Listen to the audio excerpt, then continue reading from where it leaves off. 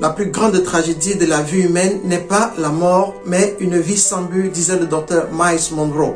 Il a ici été prouvé que 99% des gens mourront sans avoir réalisé ce pourquoi ils sont nés, faisant ainsi du cimetière le lieu le plus riche de ce monde. Oui, au cimetière se trouvent des livres, des best-sellers jamais écrits, des mélodies célestes réduites au silence, des innovations technologiques qui ne verront malheureusement jamais le jour.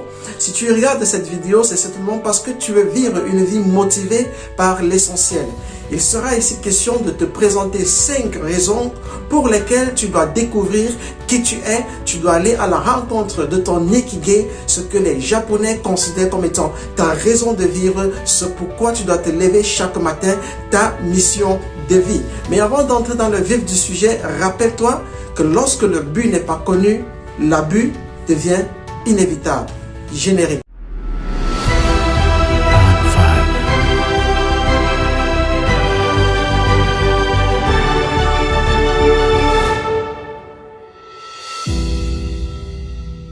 Bonjour ou bonsoir en fonction de ta localisation géographique et bienvenue sur ta chaîne Investir en soi qui, je pense, est le meilleur investissement que tu puisses faire car il est rentable dans le court, dans le moyen et dans le long terme. Sur cette chaîne, nous parlons de développement personnel et d'éducation financière. Moi particulièrement, j'en suis passionné. Pour être membre de cette communauté, si ce n'est pas encore le cas, il te suffit juste de t'abonner et de participer en nous donnant tes avis dans la zone qui est réservée aux commentaires. Aujourd'hui, nous abordons 5 raisons pour lesquelles tu devrais découvrir ton Ikigai, ta raison de vivre, ce pourquoi tu devrais te lever chaque matin avec un sourire au bout des lèvres. Reste jusqu'à la fin parce que je te réserve les 2 meilleures raisons pour la fin. C'est parti. Ne pas être capable de découvrir qui tu es, c'est tout simplement donner l'occasion à ta famille et à la société de te façonner à leur guise, de tracer pour toi un chemin que tu dois suivre et qui n'est pas le tien. Concernant la famille, plusieurs ont embrassé des carrières qui sont diamétralement opposées à leurs compétences innées. Parce que n'ayant pas pu découvrir qui ils sont en réalité, ils se sont laissés influencer par leurs parents ou un membre de leur famille, alors souffrant du supplice de Tantale. Un parent par exemple qui n'a pas pu réaliser son rêve d'être docteur va de façon systématique et inconsciente transmettre ce désir inassouvi à son enfant et ce dernier va embrasser une carrière qui n'a en réalité rien à voir avec sa mission de vie. C'est ainsi qu'on va retrouver dans la société des docteurs qui sont supposés être des ingénieurs en génie civil. La société, quant à elle, nous forme à travers son système éducatif, non pas pour réussir notre vie, mais pour réussir dans la vie. Entre les deux, il y a un fossé énorme. Car réussir dans la vie, c'est pouvoir jouir d'un statut social enviable qui t'a travaillé comme un forçat 7 jours sur 7 sans avoir du temps à consacrer à sa famille. Par contre, réussir sa vie, c'est de pouvoir, n'est-ce pas, mener une activité qui est en accord avec notre mission de vie. Mission de vie qui, bien évidemment, prend en considération notre épanouissement familial, notre épanouissement sentimental, notre épanouissement physique. Notre mission de vie, quoi qu'il en soit, va toujours nous permettre d'avoir un épanouissement total à 360 degrés dans tous les aspects de la vie. Alors, si tu ne découvres pas qui tu es, tu risques de vivre une vie qui n'est pas la tienne. Tu risques d'accomplir ou de réaliser des rêves qui ne sont pas les tiens. Et si je suis certain d'une chose, les rêves qui ne sont pas les tiens sont certainement inférieurs aux rêves que tu devais réaliser. Ceci dit, la première raison pour laquelle tu dois découvrir ta mission de vie, découvrir qui tu es, c'est que cela va te permettre de vivre ta vie, de réaliser tes rêves et par-dessus tout, ne pas te retrouver dans la catégorie de ceux à qui Jésus-Christ s'adressait lorsqu'il disait « Laissez les morts enterrer leur mort. La deuxième raison pour laquelle tu dois découvrir qui tu es, c'est tout simplement pouvoir expérimenter la puissance de la focalisation. Parce que ce sur quoi nous focalisons notre attention devient notre réalité. Lorsque tu connais qui tu es, tu concentres ton énergie, tu concentres tes finances, tu concentres ton temps sur une seule chose afin de réaliser un impact maximum. Si tu sais réellement qui tu es, tu vas valoriser ton temps. Tu vas utiliser ton temps pour accomplir ta mission de vie et non les futilités de la vie. Très souvent, je rencontre des entrepreneurs qui se plaignent de ce que les affaires ne vont pas bien et en faisant une petite analyse, je me rends compte qu'en réalité, ils sont dispersés. Ils ne se concentrent pas sur une seule activité qui est en accord direct avec leur mission de vie. Les entrepreneurs qui réussissent focalisent leur attention sur une seule mission, leur mission principale, une activité qui est en accord avec leur mission de vie. C'est lorsqu'ils ont la maîtrise totale de cette activité qu'ils se donnent, n'est-ce pas, le luxe de pouvoir diversifier leurs activités et aller dans d'autres domaines d'affaires, explorer d'autres secteurs de business. Or, au quotidien, je rencontre des gens qui, à peine avoir entendu parler d'une opportunité d'affaires, silence, sans avoir pris la peine de maîtriser la seule chose pour laquelle ils sont nés.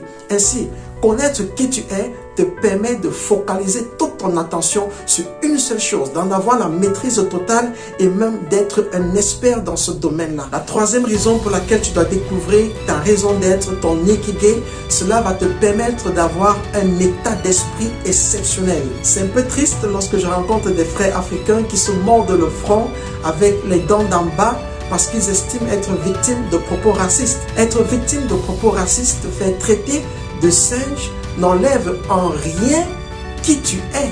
Cela ne change pas ta personnalité. Cela ne change pas l'impact que tu peux avoir sur le monde. Moi particulièrement, je n'ai jamais été victime de propos racistes. Et si jamais c'est le cas, ça ne va pas me déranger parce que je connais qui je suis. Me faire traiter de singe, me faire traiter de sale nègre n'enlève en rien l'impact que je peux apporter au monde. Ça ne change pas mon visage, ça ne change pas ma valeur, ça ne change pas qui je suis. Je reste la personne que je suis.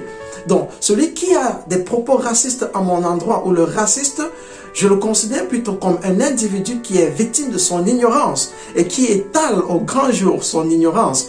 Imagine un instant que celui qui te traite de raciste se retrouve en situation d'urgence à l'hôpital et a besoin d'une transfusion sanguine. Et tu es la seule personne apte à pouvoir lui donner du sang. Penses-tu que cette personne raciste va refuser de ton sang parce qu'elle t'a traité de nègre? Non, elle a besoin de ton sang. C'est même avec beaucoup de supplications qu'elle te dira, s'il te plaît, aide-moi, je ne veux pas mourir. Ce n'est donc pas nécessaire de se prendre la tête et d'aller dans tous les sens parce que tu es victime du racisme. Alors, si tu connais qui tu es, il sera difficile que tu te sentes blessé, que tu te sentes humilié, que tu te sentes délaissé par la société parce que tu connais qui tu es, tu connais ta valeur et tu connais l'impact que tu peux avoir dans la société. Découvrir qui tu es, connaître ton ikigai va également te permettre de pouvoir avoir cet esprit des vainqueurs. Les vainqueurs n'abandonnent jamais. Tu vas pouvoir te différencier des perdants qui abandonnent à la première difficulté, qui laissent tout tomber au premier échec. Je me souviens lorsque j'étais à l'université au niveau 3 et que je devais passer les épreuves pour obtenir la licence universitaire, je me suis retrouvé en session de rattrapage avec 11 unités de valeur. Et mon père, dans une de nos conversations, m'a dit, Achille, c'est terminé, la licence ce n'est pas pour cette année. Et je lui ai répondu, papa, je ne suis pas un défaitiste. Et effectivement, cette année-là, en session de rattrapage, j'ai eu ma licence avec de très bonnes notes. Lorsque tu sais qui tu es, tu as un mindset de vainqueur. Tu n'abandonnes pas, tu ne laisses pas tomber. Tu vas jusqu'au bout de ta mission. Peu importe le prix que tu dois payer, tu donnes ce qu'il faut pour arriver. Tu tombes, tu te relèves. Tu tombes, tu te relèves. Ton mindset devient comme celui d'un guerrier. Tu ne laisses pas tomber jusqu'à ce que tu obtiennes les résultats que tu désires obtenir. Et tu te différencies ainsi des perdants. Les perdants, ce sont ceux-là ceux-là qui laissent tomber, qui abandonnent à la première difficulté, qui abandonnent au premier échec, qui collent en larmes à la première situation qui va au sens contraire. Non, lorsque tu découvres qui tu es, tu avances, peu importe les situations de la vie, peu importe les difficultés, peu importe ce par quoi tu es en train de passer, il y a une petite voix intérieure qui te dit, je peux le faire, je peux réussir, c'est ma mission de vie, j'irai jusqu'au bout. Et comme une petite goutte d'eau qui tombe, finit par détruire l'aurore, tu te dis, j'avancerai, je me lèverai si je tombe et je réussirai. Voilà ce que tu deviens, l'état d'esprit que tu possèdes lorsque tu découvres qui tu es. Tu vas jusqu'au bout de ta mission. La quatrième raison pour laquelle tu dois découvrir qui tu es, c'est simple. Tu es important. Oui, il faut que je te le dise. Tu es important. Tu es extrêmement important. Tu as une mission unique, précise, que toi seul peux accomplir sur cette terre. Et si tu n'accomplis pas ta mission, ce sera une perte pour l'humanité. La vie de plusieurs, des milliers, peut-être même des millions de personnes sont liées à la tienne. Et ne pas réaliser ta mission de vie, c'est compromettre d'une manière ou d'une autre la vie de ceux-là qui sont reliés à la tienne. Donc c'est important que tu puisses, n'est-ce pas, découvrir qui tu es et réaliser la mission pour laquelle tu es sur cette terre. Qui es-tu? Que fais-tu sur cette terre? Quel est le plan de vie de Dieu pour ta vie? Il est important que tu puisses donc découvrir ta mission de vie, découvrir ton ikigai et pouvoir te réaliser, accomplir la mission pour laquelle tu es sur cette terre. Car si tu ne réussis pas cette mission, cela risque de compromettre la vie de tous ceux qui sont reliés directement ou indirectement à toi. Si Lewis Howard Latimer n'avait pas inventé et breveté en 1881 la toute première ampoule à incandescence à filament de carbone, où serions-nous aujourd'hui? Grâce à lui, nos ruelles sont éclairées. Grâce à lui, nos maisons sont éclairées.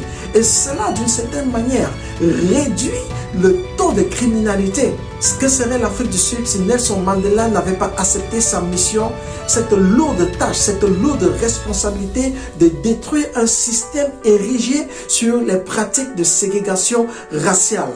Grâce à Nelson Mandela, l'Afrique du Sud aujourd'hui peut vivre dans une certaine paix. Grâce à Nelson Mandela, les événements de Soweto ne peuvent plus se reproduire en Afrique du Sud. Pourquoi? Parce qu'il a accepté la lourde responsabilité qu'il avait. Écoute, tu es important. Ton rôle sur cette terre est un rôle capital parce que nous sommes complémentaires. Alors si tu quittes ce monde sans pouvoir réaliser ta mission de vie, ce serait une perte pour l'humanité. Il ne faudrait surtout pas que tu te retrouves dans le cimetière avec les trésors qui sont enfouis en toi. Comme nous l'avons dit au début de cette vidéo, que 99% des gens meurent sans avoir réalisé ce pourquoi ils sont nés, faisant ainsi du cimetière l'endroit le plus riche de la terre. Tes richesses qui sont en toi, nous en avons besoin sur cette terre. Alors, découvre qui tu es et accomplis ta mission de vie parce que tu es important. Le monde entier a besoin de toi. Oui, nous avons besoin de toi. Découvre que tu es et impacte le monde. La cinquième raison pour laquelle tu dois découvrir qui tu es, c'est tout simplement parce que cela te permet de faire la différence entre ton travail et ton job. Ton travail est lié à ta mission de vie, à ta raison d'être. La raison pour laquelle tu peux te lever chaque matin avec un sourire. Par contre, ton job, c'est tout ce qui te pousse, n'est-ce pas, à travailler comme un forçat, comme nous l'avons dit en début de cette vidéo. Ton travail, c'est ce pourquoi tu es né et que tu fais avec joie sans voir le temps passer, tandis que ton job, c'est ce qu'on te paye pour que tu fasses et que tu vois le temps passer. Ton travail est permanent, tandis que ton job, il est temporaire. Du jour au lendemain, ton boss peut te dire, c'est terminé, tu te retrouves à la rue. Par contre, ton job, il est permanent. Nul ne peut te licencier de ton travail. Avec ton travail, tu ne peux pas aller en retraite. Par contre, avec ton job, la retraite, elle est assurée et en plus, elle est pénible. Ton travail te donne une richesse et ton job te donne un salaire. Entre richesse et salaire, je préfère donner la richesse parce que je suis conscient que si je me donne à fond dans mon travail, alors ma richesse ira croissante. Par contre, en ce qui concerne mon job, Peu importe si je travaille bourse, si je travaille trop, si je travaille dur, cela va dépendre de mon boss. C'est lui qui va décider si oui ou non je dois avoir une augmentation de salaire. J'aurais beau me plaindre, cela ne changera rien. Si le boss décide que mon salaire augmente, il augmente. Si le boss décide que mon salaire diminue, il diminue. Je préfère avoir un travail plutôt que d'avoir un job. Parce que mon travail, il me garantit une richesse et non un salaire. À travers mon travail, je ne peux jamais être licencié.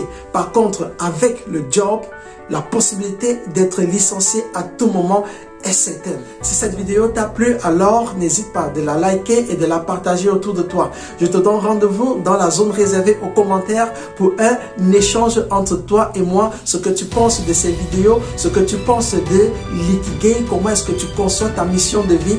Alors, laisse un commentaire pour partager avec moi. Je te donne rendez-vous la semaine prochaine, mardi prochain, pour un autre numéro de Investir en toi-même. Et il sera ici question d'apporter les pistes qui vont te permettre de découvrir qui tu es. À mardi prochain, si peut-être.